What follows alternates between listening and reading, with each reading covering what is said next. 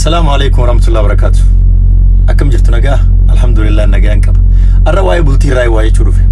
بولتي جتوني وانا ك لا يوتي لا مومتي وانا من خيني أما كان متخيس سيني أكبر بعد تين تبتو خنامتي. بولتي جتوني نما بعد تشودن دوك وفاتو بولتي خيسينا.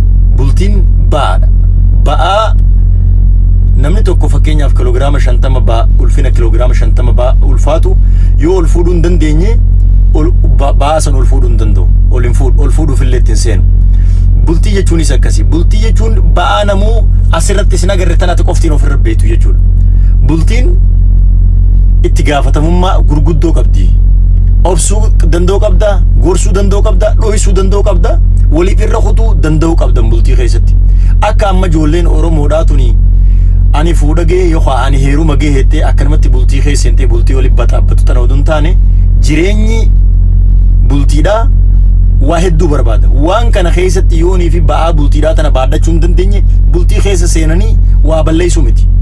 Waa baduu giseen siin jiru waan namni ijaan agarre hedduu bada. Fakkeenyaaf intala takka yoo fuutee dubrummaa qabte dubrummaan irraa baddi waa guddoo badee jechuudha. Yoo gurbaan tokko heerumee bultiin san hin taaneef dardarummaan isaa irraa bada.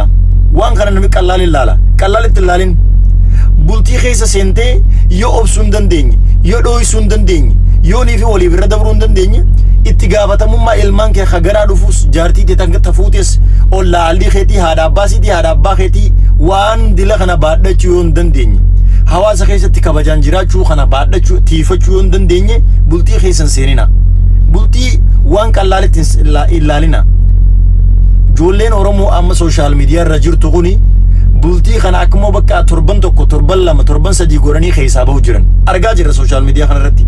Please yoo ba'aa bultiidhaa baadhachuu hin dandeenye bultii keessan seenin. Assalaamu alaykum warahmatullahi wabarakatuh.